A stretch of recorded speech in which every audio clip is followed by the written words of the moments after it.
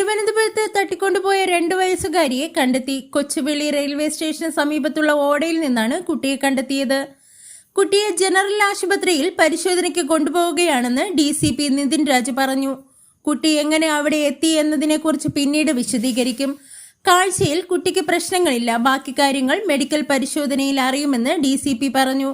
അല്പം മുമ്പാണ് കുട്ടിയെ കണ്ടെത്തിയത്. രാവിലെ പോലീസ് ഈ പ്രദേശങ്ങളിൽ തിരച്ചിൽ നടത്തിയിരുന്നതാണ്. തട്ടിക്കൊണ്ടുപോയവർ രാത്രിയോടെ കുട്ടിയെ ഈ ആളൊഴിഞ്ഞ പ്രദേശത്ത് ഉപേക്ഷിച്ച് കടന്നുകളയാനാണ് സാധ്യതയെന്ന് പോലീസ് പറയുന്നു. സിറ്റീസ് പോലീസ് കമ്മീഷണറുടെ നേതൃത്വത്തിൽ 3 ടീമുകളായി തിരിഞ്ഞാണ് പോലീസ് അന്വേഷണം നടത്തിയത്. കുട്ടിയുടെ മാതാവിനെ സംഭവ സ്ഥലത്തെത്തിച്ച് പോലീസ് വിശദമായ മൊഴി രേഖപ്പെടുത്തിയിരുന്നു. 2 വയസ്സുകാരി മേരിയുടെ സഹോദരന്റെ മൊഴി ആസ്ഥാനമാക്കിയാണ് പോലീസ് അന്വേഷണം ആരംഭിച്ചത്. സഹോദരൻ കണ്ടെന്ന് പറയുന്ന മഞ്ഞ സ്കൂട്ടർ കേന്ദ്രീകരിച്ച് അന്വേഷണം നടത്തിയെങ്കിലും CCTV ദൃശ്യങ്ങളിൽ ഇത് സാധൂകരിക്കുന്ന തെളിവുകൾ ലഭിച്ചിരുന്നില്ല.